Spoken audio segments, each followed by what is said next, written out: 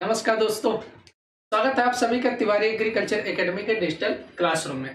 तो जैसा कि आप सभी लोगों को पता है कि तिवारी एग्रीकल्चर एकेडमी की तरफ से यूपी बोर्ड पेपर की तैयारी 70% के अकॉर्डिंग कराया जा रहा है।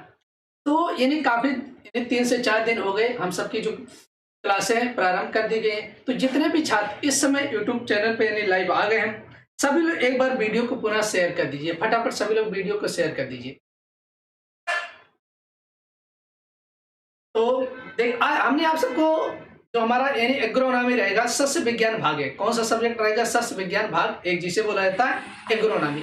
जो हमारे फर्स्ट ईयर एग्रीकल्चर के स्टूडेंट होते हैं, कौन से होते हैं? फर्स्ट ईयर एग्रीकल्चर के स्टूडेंट होते हैं। तो हमारा आज सबसे पहले हम देखेंगे कि हमारा एग्रोनॉमी होता क्या, यानी इंट्रोडक्शन क्या होता है और हमारा सिलेबस क्या है। यानी जो आप सबको यहाँ पर पढ़ाया जा रहा है, किसी भी स्टूडेंट को 1% सोचने की नहीं जरूरत है कि हमारे बोर्ड पेपर में आएगा कि नहीं आएगा, क्योंकि यहाँ पर जो आप सबको पढ़ाया जाएगा वो यानी 70% के अकॉर्डिंग ही पढ़ाया जाएगा। क्योंकि यूपीएमएसपी उत्तर प्रदेश माध्यमिक शिक्षा परिषद के द्वारा जो उनका यानी नोटिस, जो उनका सिलेबस जारी होता है, उसको उसी सिलेबस के अकॉर्डिंग हम आप सबको अच्छी तरीके से बताएंगे। तो चलिए, जितने भी स्टूडेंट इस समय लाइव आ गए, सभी लोग वीडियो को फटाफट शेयर कर दीजिए। सभी को हमारी तरफ से गुड इवनिंग। चलिए एक बार सभी लोग वीडियो को शेयर कर दीजिए और आप सबको मोटिवेशन के साथ आज यानी एग्रोनॉमी जो हमारा कृषि सस्य विज्ञान भाग एक है, मोटिवेशन के साथ स्टार्ट कर रहे हैं।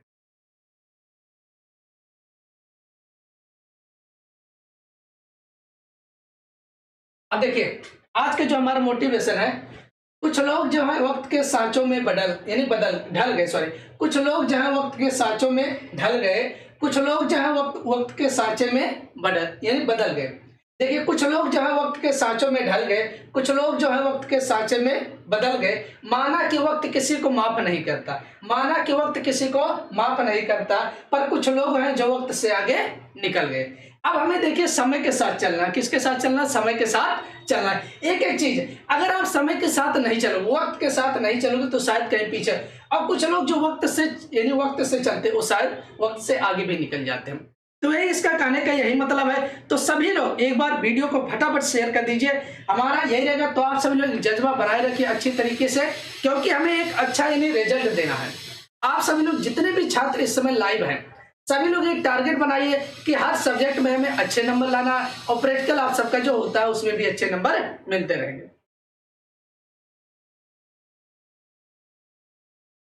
चलिए ठीक है, हम सबसे पहले आज देखेंगे हमारा सिलेबस क्या क्या देखेंगे, सिलेबस। और हमारे जो एग्रोनॉमी कृषि सस्य विज्ञान भाग एक है, क्या? कृषि सस्य विज्ञान भाग एक। अब इसमें हमारा देखेंगे यूपीएमएसपी उत्तर प्रदेश माध्यमिक शिक्षा परिषद के द्वारा जो हमारा सिलेबस जारी किया। अब देखिए,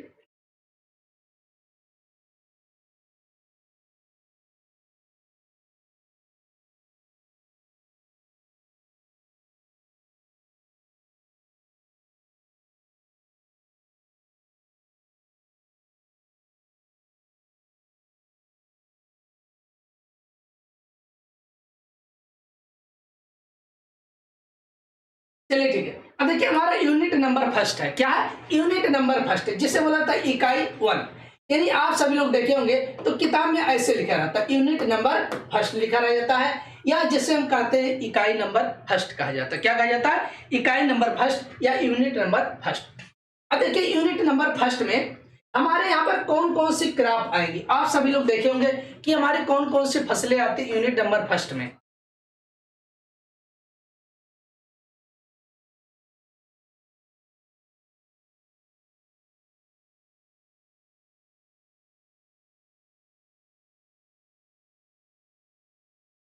अब देखिए, यूनिट नंबर फर्स्ट या जिसे बोला जाए इकाई नंबर फर्स्ट हमारा रहेगा।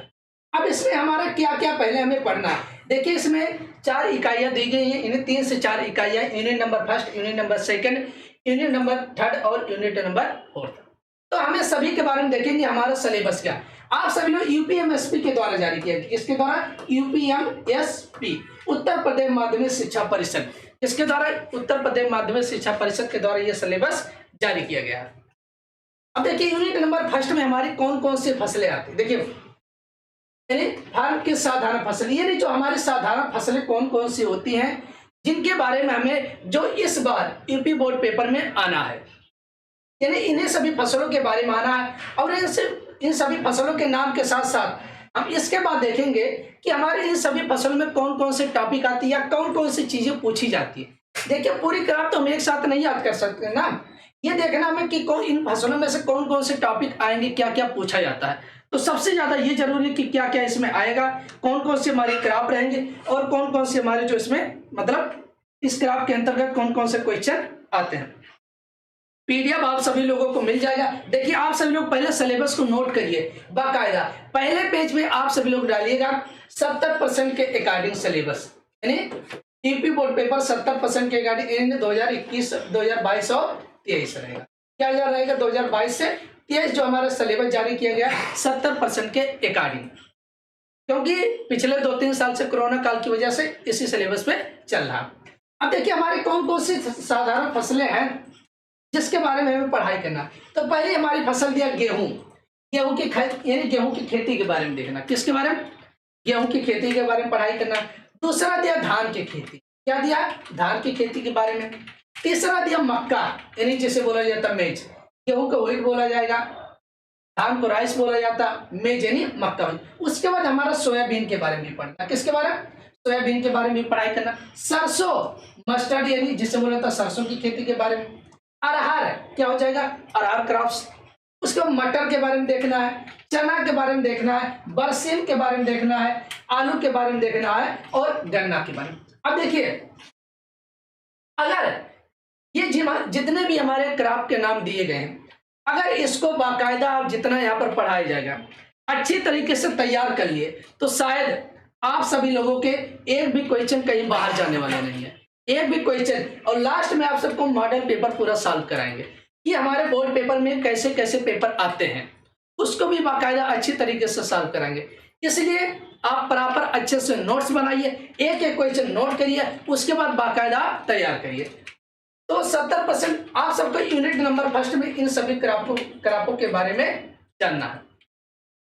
पहला गेहूं, धान, मक्का, सोयाबीन, सरसों, अरहर, मटर, चना, बरसीम, आलू तथा गन्ना, इन सभी फसलों के बारे में हमें पढ़ाई करनी है। तो ये हमारा होगा यूनिट नंबर फर्स्ट, या जिसे बोला जाता है इकाई, या जिसे बोला जाता भाग 1। क्या बोला जाता है? भाग 1 भी हम इसे कह सकते हैं। चलिए इतना आप सबको समझ में आ गया होगा। चलिए जितने भी स्टूडेंट लाइव आ गए आप सभी लोग कमेंट बॉक्स में तुरंत कमेंट करिए, आप सभी लोगों को समझ में आ गया कि नहीं आ गया। चलिए सभी लोग कमेंट बॉक्स में तुरंत कमेंट करिए। अब हम आगे देखते हैं। अब देखिए हमारे यूनिट नंबर सेकंड आ जाएगा। क्या हो जाएगा?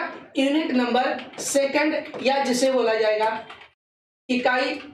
यहां पर रहेगा, सॉरी यूनिट नंबर सेकंड हमारा यहां पर रहेगा। क्या? यूनिट नंबर सेकंड या इकाई।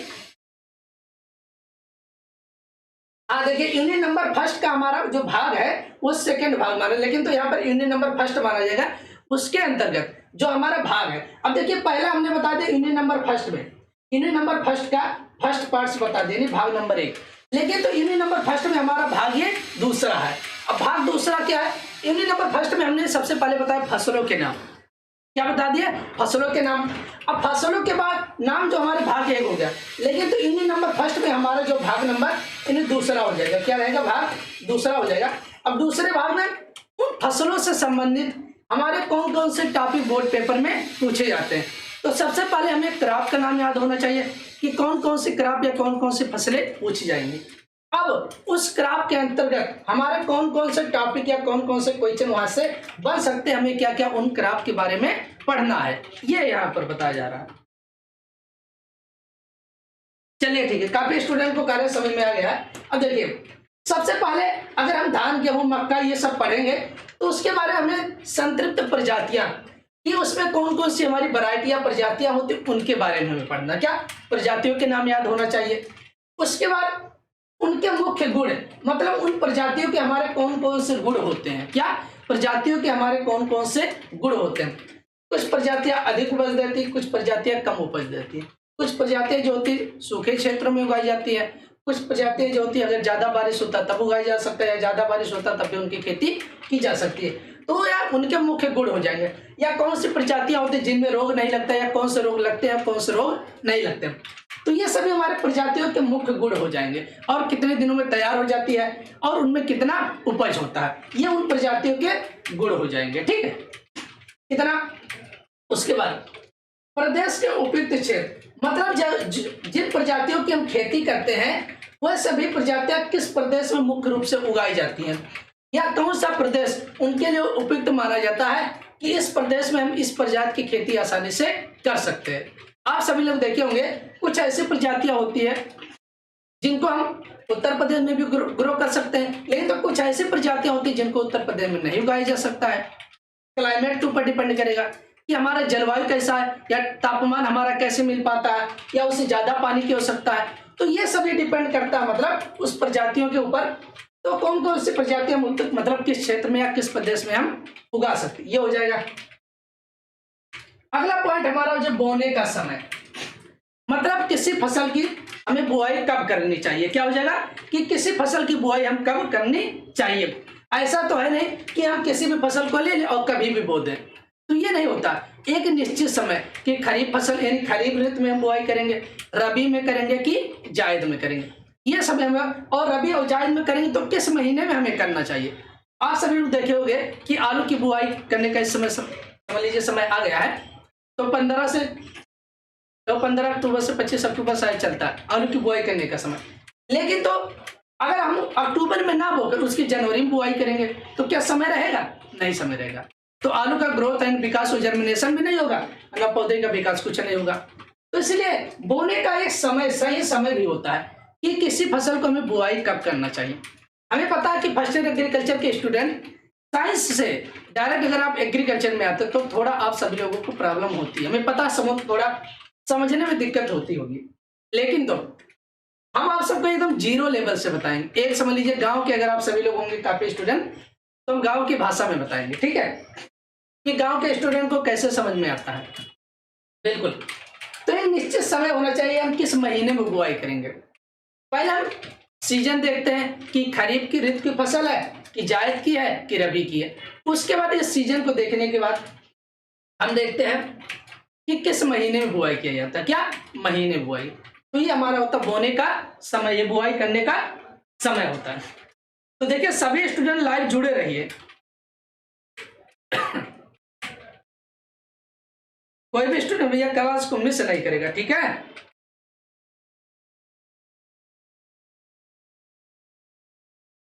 चलिए ठीक है। अभी अब देखिए बीज दर, अब हमारा आता है बीज दर। अब बीज दर में हमें कैसे पता होना चाहिए। आप सभी लोगों को पता है कि अगर हमारे पास थोड़ा भी जमीन है तो उसमें यह होता है कि हम कितना बीज डालेंगे। ऐसा तो है नहीं कि 1 किलो बीज डालना है जहां 5 किलो लाके बीज डालेंगे, नहीं। जितना हमारा भूमि रहता है उसी अकॉर्डिंग हम बीज की बुआई करते हैं कि 1 बीघा है, 2 बीघा है, 10 बीघा है, या हमारे पास 1 बिस्वा है, 2 बिस्वा है। तो जितना हमारे पास जमीन रहेगा या जितना हमारे पास भूमि है फील्ड में, जिस फील्ड में या जितनी भूमि में हमें बुआई करना है उसी अकॉर्डिंग हम बीज दर का प्रयोग करते हैं। वैसे एग्रीकल्चर में जो डाटा लिया जाता है वो बीज दर का जो डाटा लिया जाता है वो प्रति हेक्टेयर लिया जाता है। मतलब जो हमारी किताबों में आप सभी लोग देखोगे प्रति हेक्टेयर होता है, लेकिन तो आप सभी लोग गांव में देखे होंगे कि 1 बिस्वा, 2 बिस्वा, 3 बिस्वा, लोग थोड़ा 100 ग्राम 50 ग्राम लाके ऐसे बीज की बुआई कर देते हैं। लेकिन तो अगर किताबी भाषा में हम चलेंगे तो वहां पर हेक्टेयर होता है कि आप 1 हेक्टेयर में इतने बीज की बुआई करोगे, ठीक है। आगे आप सबको अच्छे समझ में आ जाएगा। तो ये हमारा हो जाएगा बीज दर, यानी कितनी मात्रा है, कितना हम बीज की बुआई करेंगे, 1 किलो, 2 किलो, 50 ग्राम, 100 ग्राम, कितना। तो जैसा हमारा फील्ड रहेगा उसी अकॉर्डिंग हम बीज की बुआई। अब देखिए बोने की विधियां, ये भी महत्वपूर्ण है। अब हमें पता होना चाहिए कि किस विधि से हम बुआई करेंगे, कैसे बुआई करेंगे। अब जैसे ये होता है कि अगर हमें बुआई करना खुरपी से, किससे बुआई करना है, खुरपी से, और पता लगे आप वहां पर चले गए फावड़ा लेके बुआई करने, क्या फावड़ा लेके चले गए। अब जहाँ खुरपी से बुआई करना, जैसे हम मान लेते हैं कि हमारी जो छोटी फसल होती है जैसे आप सभी लोग देखे होंगे कि मान लेते हैं लहसुन है, लहसुन या प्याज ले लेते हैं, ठीक है। तो उसकी हमें बुआई क्या लोग खुरपी से कर देते हैं, खुरपा लेके चले। लेकिन तो अगर आप फावड़ा लेके चले गए तो फावड़े से थोड़ी ना बुआई हो पाएगा, हो तो जाएगा लेकिन तो उस तरीके से नहीं होना जो तरीका है, जो भी उसकी जरूरत होगी। अब जैसे क्या होता है, अगर हमें गेहूं की बुआई करना है, किसकी, गेहूं की बुआई करना है। अब गेहूं की बुआई करने के लिए हमें क्या विधियां तो जरूरी है ना, कि किस विधि से हम बुआई करेंगे और कैसे बुआई करेंगे। कि ऐसा तो है नहीं कि हम गड्ढा खोद की बुआई कर देंगे या तो क्या करें, वो तरीका हमें पता होना चाहिए कि किस विधि से हम बुआई करेंगे, कौन विधि से करेंगे, बैलों द्वारा करेंगे, ट्रैक्टर द्वारा करेंगे, कैसे किया जाता है और किस यंत्रों द्वारा किया जाता है, ये भी हम यहाँ पर जानेंगे अच्छी तरीके से। ठीक है भैया देखो, चैप्टर तो हम शुरू कर देंगे, कोई दिक्कत नहीं है बिना कारण सर चैप्टर शुरू करिए जल्दी। भैया चैप्टर की बात, हम तो तुरंत चैप्टर शुरू कर दे, लेकिन तो चैप्टर से पहले आपको बेसिक जानना जरूरी कि हमें सिलेबस में उस चैप्टर में हमें क्या पढ़ना है। अगर आप सभी लोगों को लड़ाई करने जाना है तो लड़ाई करने से पहले हमें ये तो सोच लेना है कि हमें हथियार मतलब कितना लेके जाना, वहां के कितने लोग हैं और हम अपना हथियार कितना ले जाएं जिससे हम लड़ सके। ऐसा तो है ना तुरंत पहुंच जाएंगे कि लड़ाई के मैदान में उतर गए और हमने पता ही नहीं किया कि कितने लोग वहां पर हैं और हमें क्या क्या लेके जाना था। अब आप सभी लोग पेपर देने जाते हो तो पेपर देने से पहले आप सभी लोग तो सामान अपना देख लेते होंगे कि हमें एडमिट कार्ड ले जाना, आधार कार्ड ले जाना, कितने पेन ले जाना। ऐसा तो है ना आप उठे, सुबह उठ गए, उसके तुरंत पेपर देने पहुंच गए। तो ये सब चीजें हमें जरूरत होती है, यानी जानकारी जरूरी है।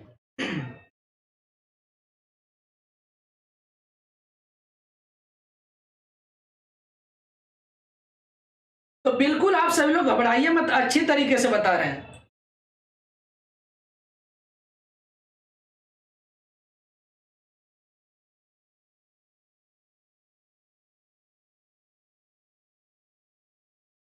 सौरभ कह रहे हैं सर ये सभी बच्चे ज्यादा इंटेलिजेंट लगते हैं, हो सकता है भैया।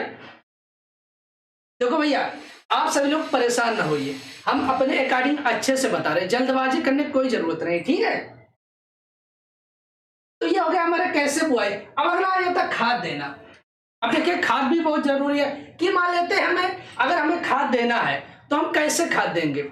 ऐसा तो है नहीं कि आप सभी लोग देखे होंगे एनपीके जैसे गांव में लोग प्रयोग कर देते, यूरिया, डीएपी और पोटास का प्रयोग कर देते, ऐसे लोग लाते हैं। उसके बाद एक आप सभी लोग देखे होंगे गोबर की खाद। क्या होता है, गोबर की खाद।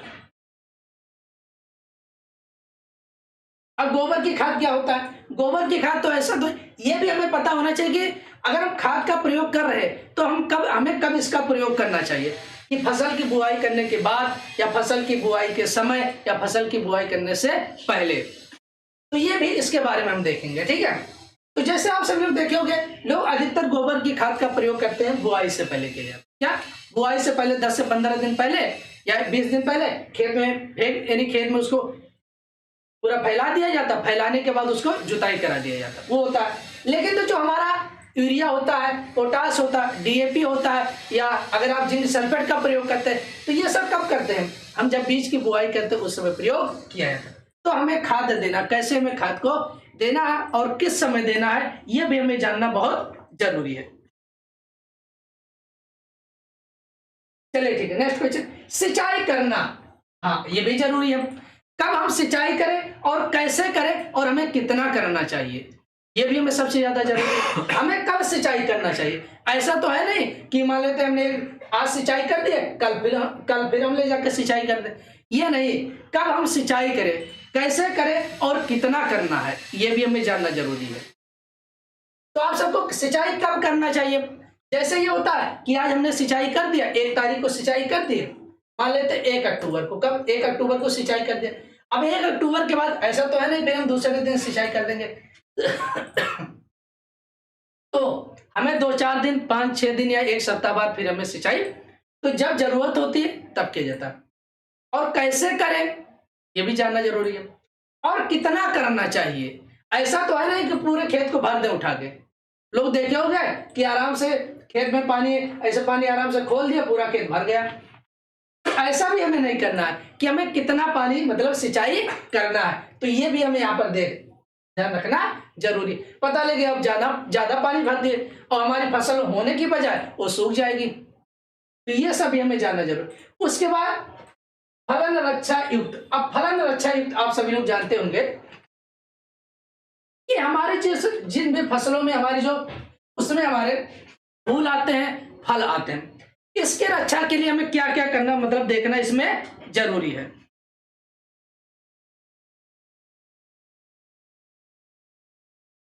देखो भाई अगर पेपर आप सबका है तो परेशान ना होइए, ठीक है। ये आप सभी लोगों के हाफ ईयरली पेपर होंगे, ठीक है। लेकिन तो हमें सबसे ज्यादा जरूरी उसी के कारण आप सबको बोर्ड पेपर जरूरी है, ठीक है। हाफ ईयरली में आप सबको जो पढ़ाया गया होगा आप पढ़ते चलिए, ठीक है। अब फलन और अच्छा युक्त, अब देखिए फलन और अच्छा के लिए हमें सबसे पहले क्या देखना है, फसलों के खरपतवार का नियंत्रण, यानी हमारे फसलों में जो जो खरपतवार लगते हैं। आप सभी लोग देखे होंगे कि हमने जैसे धान की खेती कर लिया, गेहूं की खेती की, उसमें हमारी फसल के अलावा गेहूं या धान के पौध के अलावा उनमें ढेर ढेर सारे घास उगाते, क्या आते, घास उगाते। तो उसका हमें कैसे कंट्रोल करना, उसको कैसे हम रोकथाम करेंगे, तो ये होता हमारा खरपतवार के। उसके बाद उसमें कौन कौन से हमारे कीट लगते हैं, आप सभी लोग देखे होंगे कि कीट लग जाते हैं तो कभी पौधे को खा लेते हैं या किसी हमारे पौधों की पत्तियों को खा लेते हैं, या कहते हैं जो हमारे उसमें फल आते हैं उसको भी खा लेते हैं। तो क्या इंसेक्ट उससे, और हमारे जो रोग लगते हैं, अब रोग तो लगते हैं लेकिन तो रोग में उसमें अगर कोई रोग हो जाता है तो उसके लक्षण क्या होते हैं, कि अगर कोई बीमारी लग गई तो उसके हमें लक्षण देखना, इसमें कि अगर बीमारी लगने से क्या क्या लक्षण उसमें दिखाई दे रहे हैं। मतलब कहने का ही मतलब ये है कि अगर पौधे में रोग लग गया तो पौधे में रोग लगने के बाद उसमें क्या क्या उसमें बदलाव होता है, क्या क्या उसमें बदलाव होता है। तो आप सभी लोग देखे होंगे कभी कभी पौधा क्या होता है, सूखने लगता है, या उसकी कभी पत्तियां पीली पड़ने लगती है, या पत्तियां उसकी धीरे धीरे सूखने लगती है, या कभी कभी उसकी कलिकाएं ऊपर से ही सूखने लगती है। तो ये सब क्या होते हैं, उनके लक्षण होते हैं, क्या होते हैं, उनके लक्षण होते हैं। तथा उनका निवारण, निवारण मतलब उसका हम कैसे रोकथाम करेंगे, और फसल की कटाई, फसलों की हमें कटाई कैसे करनी है और कब करनी चाहिए, ये भी हमें, एक फसल जब पक जाएगा तब हमें काटनी चाहिए, और हम कैसे मड़ाई करें। मड़ाई मतलब आप सभी लोग समझ रहे होंगे कि लोग गांव में धान या गेहूं को काट के उसके बाद आजकल तो लोग ले जाते थ्रेसर, क्या लाते, थ्रेसर, थ्रेसर में लाकर गेहूं को डाल लेते हैं। तो मतलब वही हमारा है मड़ाई। उसके बाद उपज तथा इनका बीजों उत्पादन, मतलब जो हम मड़ाई करने के बाद जो हमें हमारा अनाज प्राप्त होता है वही उपज हो जाएगा।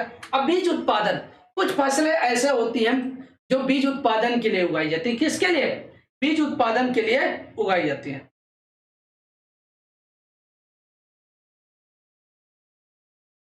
बिल्कुल आप परेशान ना होइए, क्राफ्ट जल्द से जल्द स्टार्ट करेंगे, ठीक है।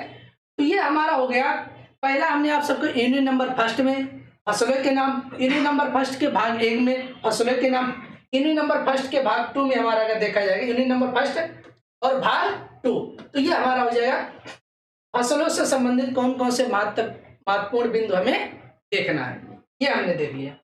अब नेक्स्ट हम देखते हैं। अब देखिए इकाई नंबर 2 आ गया, जिसे बोला जाता है यूनिट नंबर सेकेंड, क्या बोला जाता है, यूनिट नंबर सेकेंड। अब यूनिट नंबर सेकेंड में देखिए आप सबको इसको लाइटली नहीं लेना, हल्के में मत लेना, क्योंकि जितने नंबर हमारे क्रॉप से आते हैं, फसलों से आते हैं, किससे आते हैं, फसलों से आते हैं। फसलों से अगर 25 नंबर आएंगे तो ये समझ लेना यूनिट नंबर जो हमारा सेकेंड है और हमारे ये सभी से हमारे 25 नंबर आते हैं। 25 नंबर तो हमारे यूनिट नंबर फर्स्ट से शायद आ जाते हैं, लगभग आ जाते हैं उतने, लेकिन तो 25 नंबर हमारे और जितने बचे unit number second, unit number third, इन सभी से 25 नंबर आते हैं। तो ये मत समझना कि खाली हम क्राफ्ट पढ़ के हम अपना पूरा अच्छा नंबर ला सकते हैं, नहीं, क्राफ्ट पढ़ के आप सभी लोग अच्छे नंबर नहीं ला सकते हो। और इस बार के पेपर सैंपल नहीं आ रहे, ध्यान रखना। पेपर कभी कभी ये होता है कि पिछली बार पेपर आए थे तो 70% के बजाय वो 100% भी दे दिए थे, कुछ क्वेश्चन ऐसे दे दिए थे जो उनके सिलेबस से बाहर कर दिया गया था। तो ये भी आपको ध्यान दे के पढ़ना, ठीक है। अब देखिए मिट्टियां, जिसे बोला जाता मृदा, क्या बोला जाता, मृदा, या जिसे बोला जाता भूमि, क्या बोल सकते हैं, भूमि, या हम जिसे कह सकते हैं सॉइल, क्या कहा जाता, सॉइल। अब देखिए सबसे पहले हम देखेंगे मिट्टियों का वर्गीकरण, यानी मृदा का वर्गीकरण, क्या देखेंगे, मृदा का वर्गीकरण। उसके बाद हम देखेंगे बजरीली। अब बजरीली मतलब आप सभी लोग जानते होंगे कि बजरीली मतलब जो हमारे गांव के आसपास जो बंजर भूमि पड़ी होती है उसके बारे में देखेंगे, और हमारे बलुई मृदा के बारे में देखेंगे, दोमट मृदा, अब सभी लोग आप इसको जानते होंगे कि बलुई मृदा, दोमट मृदा, और हमारा सिल्ट देखेंगे, और हमारी चिकनी मृदा देखेंगे, चिकनी मिट्टी और मिट्टी के भौतिक गुण देखेंगे। तो ये आपको ध्यान रखना है, ये सब आप सभी लोगों को अच्छे से देखना है। तो ये हमारा यूनिट नंबर सेकंड है। यूनिट नंबर सेकंड में मिट्टी और मिट्टियों का वर्गीकरण, क्लासिफिकेशन ऑफ सॉइल, मतलब मृदा का वर्गीकरण। बजरीली भूमि हो जाएगी जिसे बंजर भूमि बोला जाता है, बलुई मृदा हो जाएगी, दोमट हो जाएगा, सिल्ट हो जाएगा, चिकनी हो जाएगा। चिकनी मिट्टी, मिट्टी के भौतिक गुण, फिजिकल प्रॉपर्टीज ऑफ सॉइल जिसे बोला जाता है। क्या बोला जाता है? फिजिकल प्रॉपर्टी ऑफ सॉइल बोला जाता है।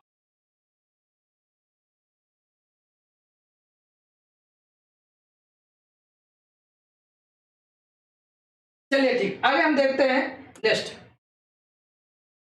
अब देखिए हमारा आ जाता है यूनिट नंबर थर्ड, यानी इकाई तीसरा जिसे बोला जाता है यूनिट नंबर थर्ड या इकाई नंबर 3। अब देखिए इकाई नंबर 3 में हमें क्या देखना है? देखिए खाद तथा खाद देना।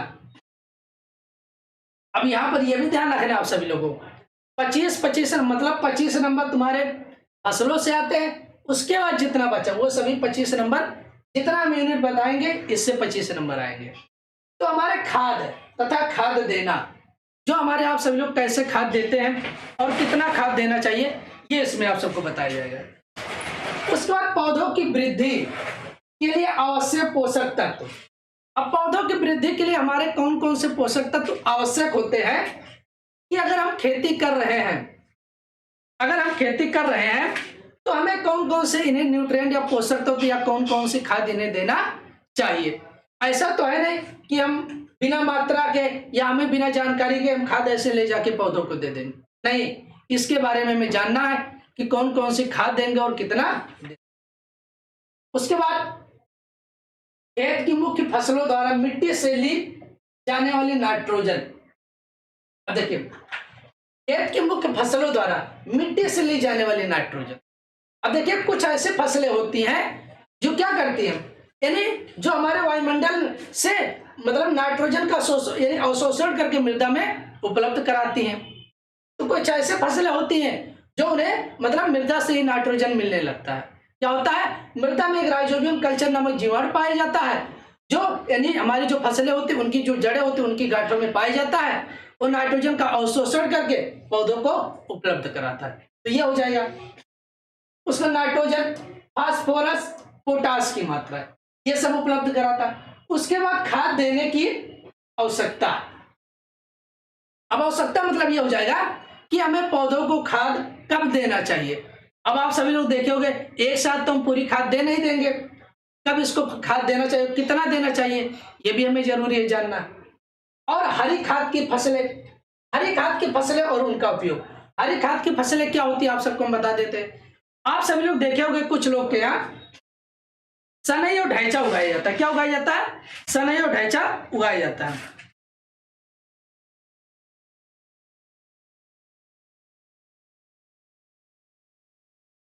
भैया इंजीनियरिंग के भी शायद क्लास चलेगी, अब परेशान ना होइए, बिल्कुल आप सभी लोगों को अच्छे से पढ़ाया जाएगा इंजीनियरिंग। अब देखिए जब सब कुछ यानी ठान लिया गया है तो आप सभी लोग परेशान ना होइए।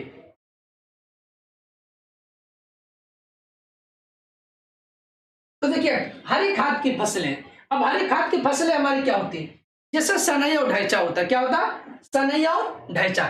तो आप सभी लोग देखे होंगे कि पहले हम इसको सनई और ढैंचा को बुआई कर देते हैं। बुआई करने के लगभग 6 से 7 सप्ताह बाद, कितने सप्ताह बाद? 6 से 7 सप्ताह बाद उसको हम क्या करते हैं, उसी खेत में उसको पलट देते हैं। या जो हमारा हैरो होता है, हैरो से उसी खेत में उसकी हम जुताई कर देते हैं। तो क्या होता है, वो उसी मिट्टी में मिल जाता है और मिलकर उसके बाद सड़ जाएगा। उसके बाद सड़कर वो हरी खाद के रूप में मतलब पौधों को खाद के रूप में उपलब्ध हो जाता है। इसलिए उसे बोला जाता है हरी खाद। क्या बोला जाता है? हरी खाद। जैसे सनई और ढैंचा हो गया। तो ये हमारा यूनिट नंबर 3 हो गया।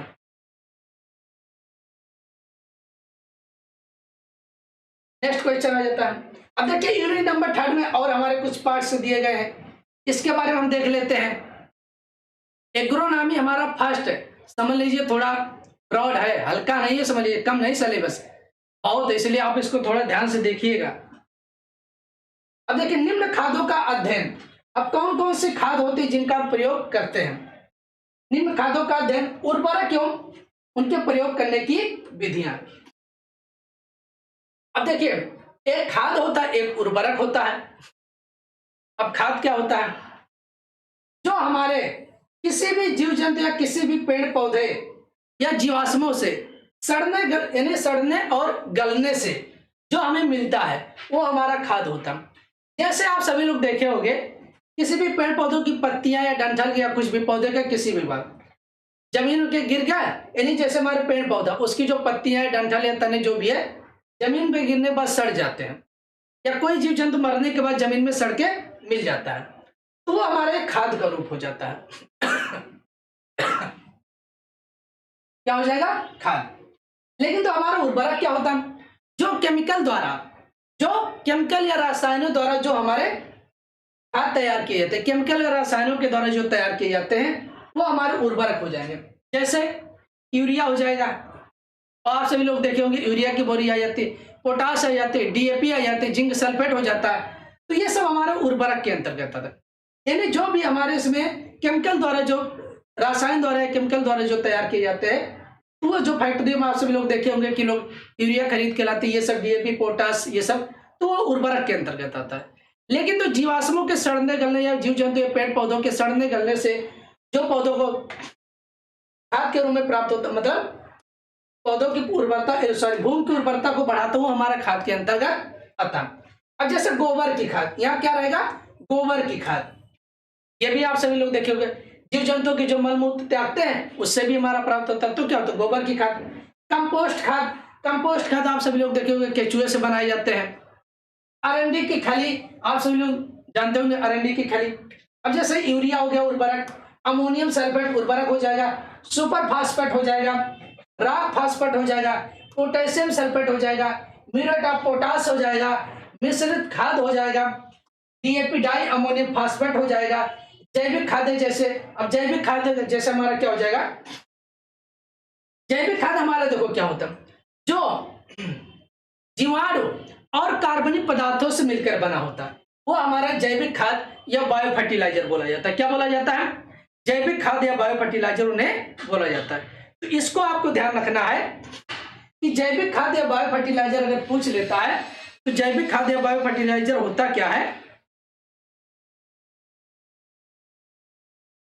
तो देखिए जो भी हमारे खाद हमारे जीवाणु और कार्बनिक पदार्थों से मिलकर बने होते हैं वो हमारे बायो फर्टिलाइजर। जैसे वर्मी कल्चर जो हमारे केचुआ, उसके बाद ब्लू ग्रीन एल्गी जिसे बोला था बीजीए। क्या बोला जाता है? बीजीए, या हिंदी में बोला जाता है नील हरित शैवाल। क्या बोला जाता है? नील हरित शैवाल बोला जाता है। क्या बोला जाता है? नील हरित शैवाल बोला जाता है। और राइजोबियम कल्चर जो होता है, जितने भी हमारे लेग्यूमिनेसी फसलें होती, दलहनी फसलें होती, उनकी जड़ों में राइजोबियम कल्चर नामक जीवाणु पाया जाता है, जो वायुमंडल से नाइट्रोजन का अवशोषण करके पौधों की जड़ों तक उपलब्ध कराता है, वो हमारा होता है राइजोबियम कल्चर। तो जितने भी हमारे दलहनी फसलें होती उन सभी में राइजोबियम कल्चर पाया जाता है। आप सभी लोगों को पीडीएफ जरूर मिलेगा, बिल्कुल परेशान ना होइए, ठीक है। अब देखिए चाहते तो इसको हम 2-4-5 मिनट में खत्म कर देते, लेकिन तो भैया जानना बहुत जरूरी है, ठीक है। अब देखिए इकाई नंबर 4 हमारा आ जाता है। इकाई नंबर 4 में हमारा क्या होता है?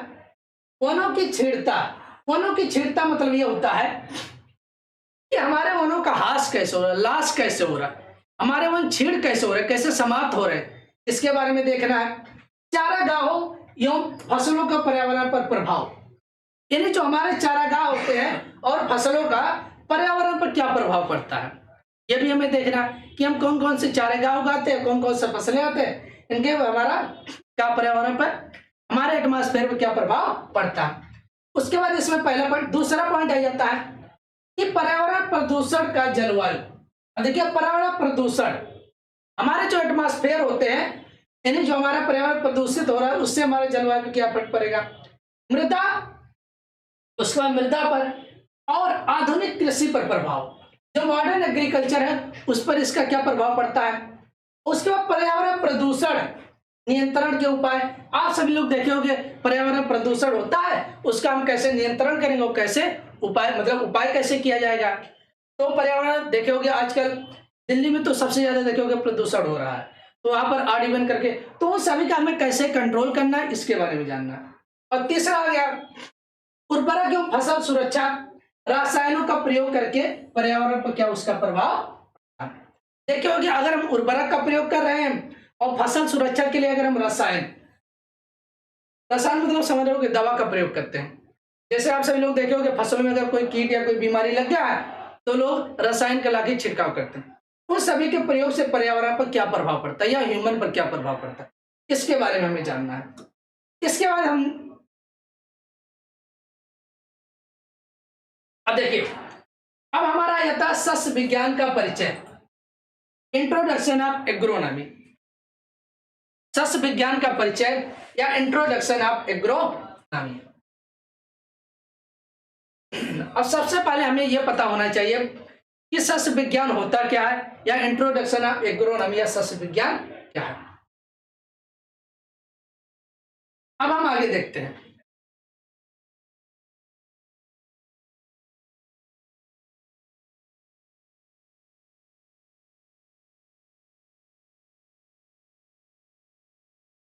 अब देखिए सस्य विज्ञान की परिभाषा, देखिए किसी चीज को पढ़ने से पहले सबसे पहले हमें यह पता होना चाहिए कि डिफिनेशन ऑफ एग्रोनॉमी या सस्य विज्ञान होता क्या है, यह हमें जानना जरूरी है। अगर आप कहीं कभी पूछ लेगा कि सस्य विज्ञान की परिभाषा लिखिए या सस्य विज्ञान क्या है उसको परिभाषित कीजिए, यह भी कई बार पूछा जाता है, तो इसको आपको बहुत जरूर ध्यान रखना अच्छी तरीके से। काफी छात्र कह रहे हैं सर लेट हो रहा है सिलेबस, चलिए ठीक है आ गया, इंतजार आप सभी लोगों का खत्म हुआ। इंतजार का फल बहुत मीठा होता है, बस आप सभी लोग इंतजार करिए, जल्दबाजी करोगे तो समझ लेना क्या होगा आपके साथ, हो सकता कुछ भी। तो सस्य विज्ञान की परिभाषा डिफिनेशन ऑफ एग्रोनॉमी, जिसे इंग्लिश में बोला जाता है डिफिनेशन ऑफ एग्रोनॉमी। देखिए हिंदी इंग्लिश दोनों लिखते चलिएगा, हमें पता है एग्रीकल्चर स्टूडेंट इंग्लिश से बहुत ज्यादा भागते हैं, इतना दूर भागते हैं जैसे लगता है कि इंग्लिश उनसे 2 किलोमीटर अगर दूर रहेंगे तब भी उनके शरीर में वो चिपक जाएगा। तो लेकिन तो आज अगर आप पढ़ लोगे तो आगे चल के आसान हो जाएगा, क्योंकि यूनिवर्सिटी में अगर आपको पढ़ाई करना है तो इंग्लिश आपको जरूर आना जरूरी है, ठीक है, तो इसलिए आपको इसको देखना जरूरी है। चलिए ठीक है, अब हम आगे देखते हैं परिभाषा होती क्या। अब देखिए यहाँ पर हमारा जो सस्य विज्ञान है जिसे बोला जाता है, सस्य विज्ञान को इंग्लिश में बोला जाता है एग्रोनॉमी, ये टर्म भी आपको याद होना चाहिए। अगर हम कभी सस्य विज्ञान नाम ले रहे हैं तो वो हो जाएगा एग्रोनॉमी, अगर हम कहीं उद्यान विज्ञान नाम ले रहे हैं तो वो तो सेकेंड ईयर स्टूडेंट के लिए है। चलिए ठीक है, तो एग्रोनॉमी शब्द 2 ग्रीक शब्दों से मिलकर बना है। और आप सबको एक आसान सा ट्रिक बता देते हैं कि अगर कहीं एग्रोनॉमी जिस शब्द के लास्ट में वाई लगा है, क्या लगा है वाई, एक आसान सा आप सभी लोगों को सब, सुनील गंगवार कह रहे हैं गुड इवनिंग, चलिए भैया गुड इवनिंग।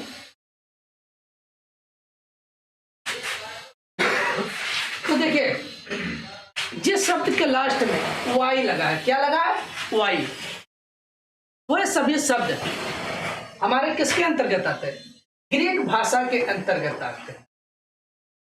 किसके अंतर्गत आते हैं, ग्रीक भाषा के अंतर्गत आते हैं। किसके अंतर्गत आते हैं, ग्रीक भाषा के अंतर्गत आते हैं। ये आपको याद रखना है कि जिस शब्द के लास्ट में वाई लगा है वो सभी ग्रीक भाषा के अंतर्गत आते हैं।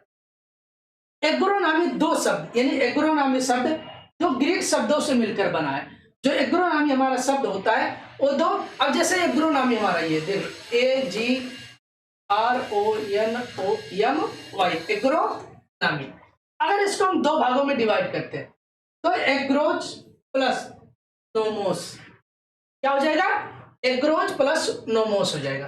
अगर इसको हम 2 भागों में डिवाइड करते हैं तो एग्रोज प्लस नोमोस हो जाएगा, एग्रोज प्लस नोमोस हो जाएगा।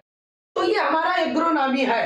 अगर इसको हम डिवाइड कर देते हैं तो एग्रोज हो जाएगा ये,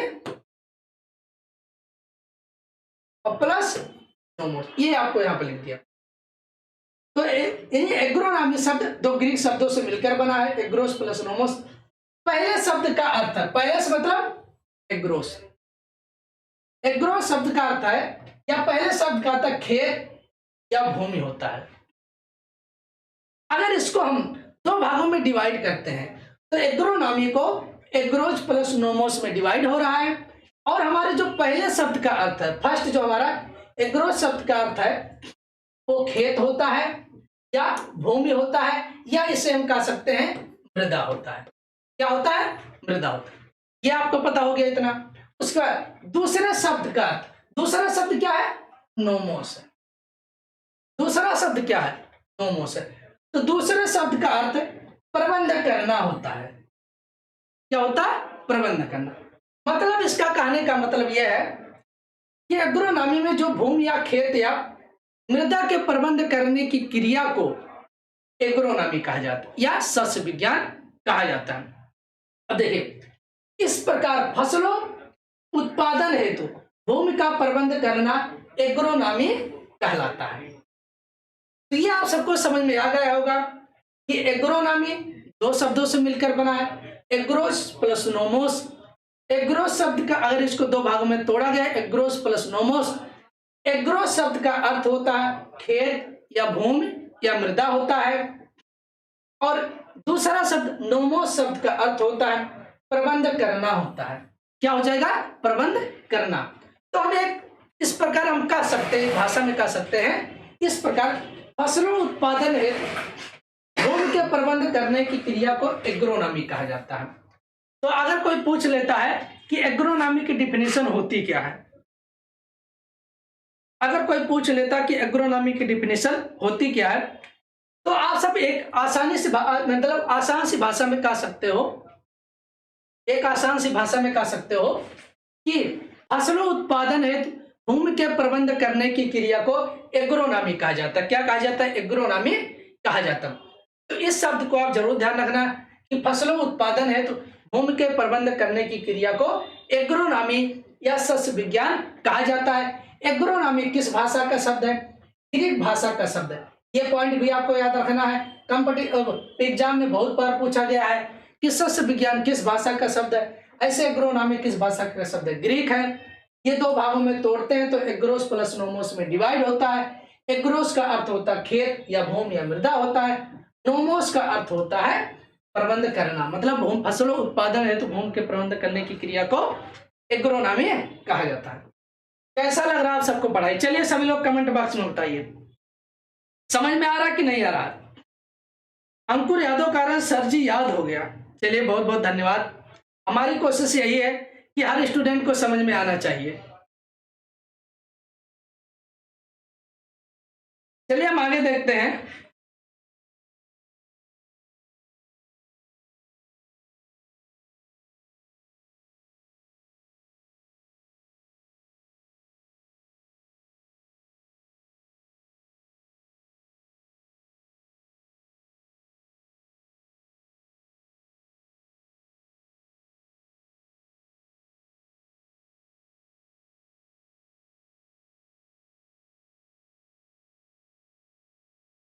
चलिए ठीक, अब हम आगे देखते हैं।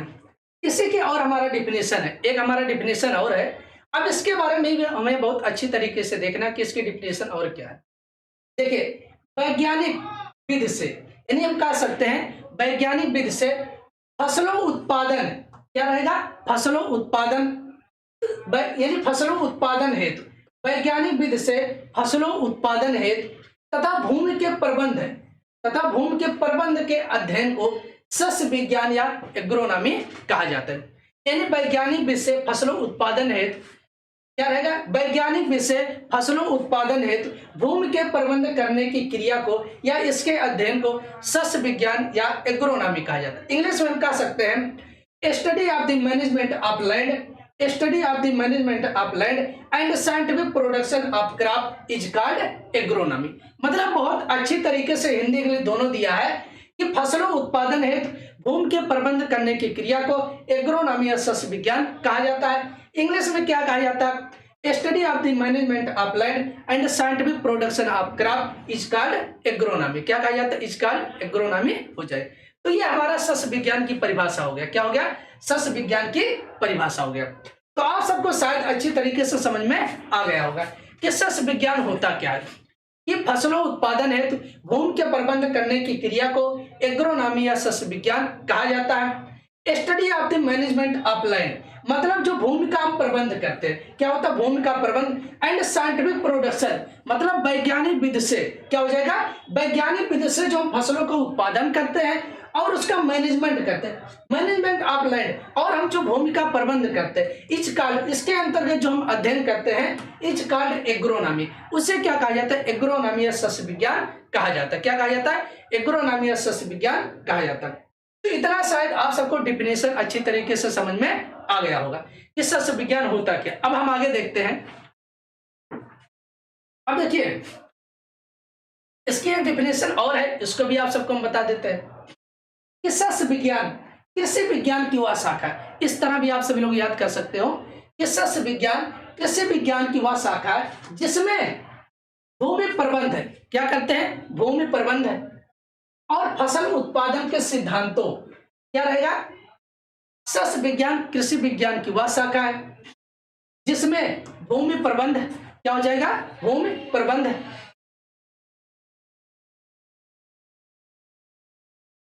तो सस्य विज्ञान कृषि विज्ञान की वह शाखा है जिसमें भूमि प्रबंध और फसल उत्पादन के सिद्धांत, मतलब इसमें हमारे कौन कौन से सिद्धांत होते हैं और उनके अंतर्गत जो भी हमारी क्रियाएं आती, क्या उनके अंतर्गत हमारी जो भी क्रियाएं आती हैं, इन सभी का जो हम अध्ययन करते हैं उसे हम क्या कहते हैं? यानी एग्रोनॉमी या सस्य विज्ञान कहा जाता है। और आगे हम देखिए इंग्लिश में क्या दिया है। Agronomy is the branch of agriculture that is treats the principle and practice of crop production and field management. यानी इसका भी यही कहने का मतलब क्या है कि agronomy is the branch of agriculture. Agronomy जो हमारा होता है सस्य विज्ञान की एक, यानी जो हमारा एग्रोनॉमी होता है वो एग्रीकल्चर की एक शाखा मानी जाती है। क्या? एग्रीकल्चर की एक शाखा मानी जाती है। दैट इज ट्रेस्ट, मतलब इनके जो लक्षण होते हैं, क्या होते हैं? उनके लक्षण या सिद्धांत जो होते हैं, उनके लक्षणों के सिद्धांत और उनमें जो अभ्यास की क्रियाएं की जाती है, क्या? प्रैक्टिसेस ऑफ क्रॉप प्रोडक्शन, फसलों के उत्पादन के अंतर्गत जो भी हम क्रियाएं करते हैं, क्या करते हैं? जो भी हम क्रियाएं करते हैं।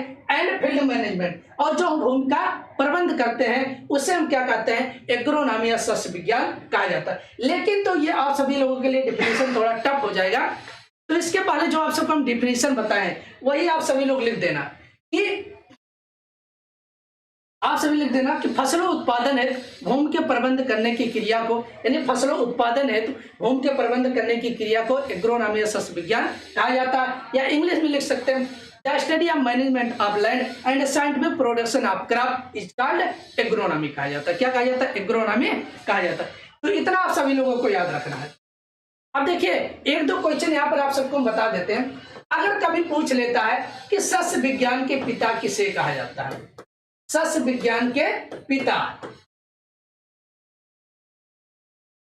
तो सस्य विज्ञान के अगर पूछ लेगा सस्य विज्ञान के पिता या फादर ऑफ एग्रोनॉमी,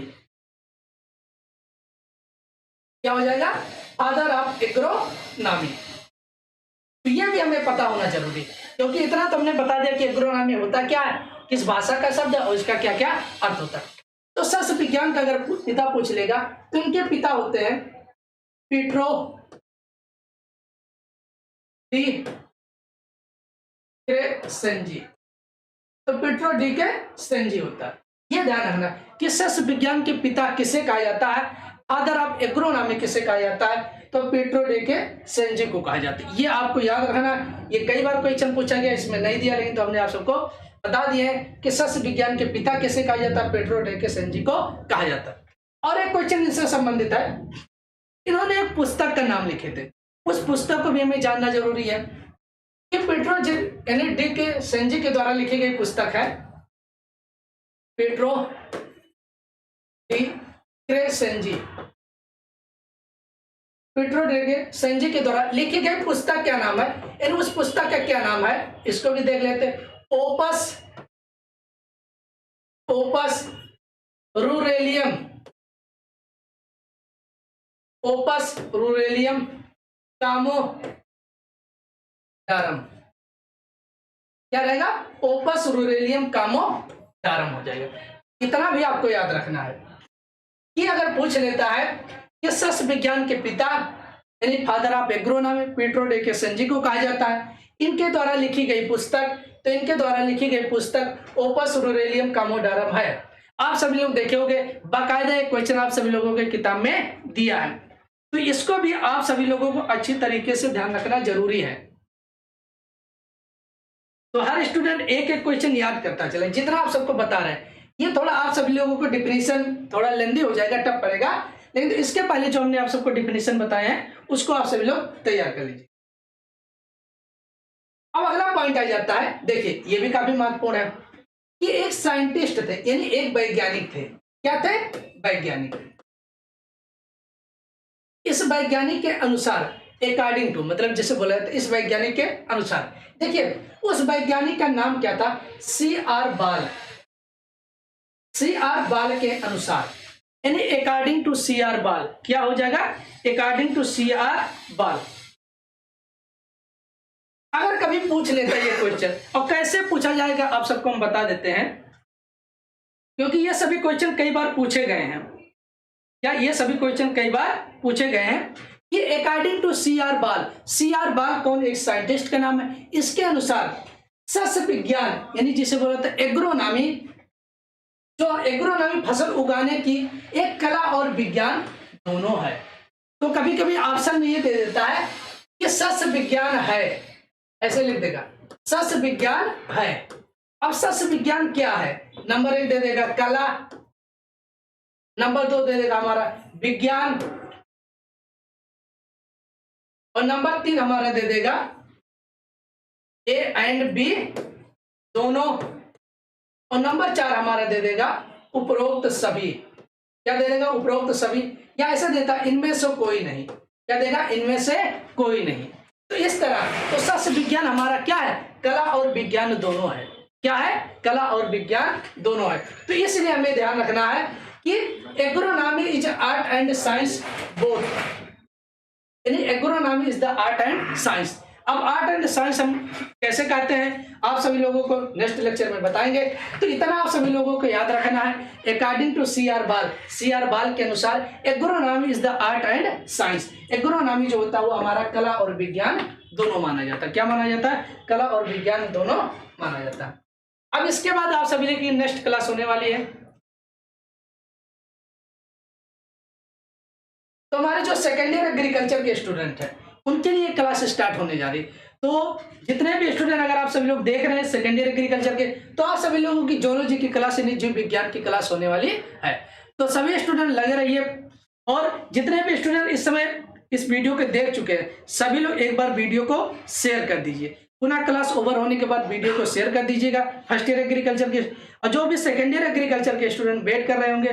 तो चलिए इसके बाद नेक्स्ट क्लास हमारी कक्षा 12 की यानी कृषि जंतु विज्ञान की क्लास होने वाली।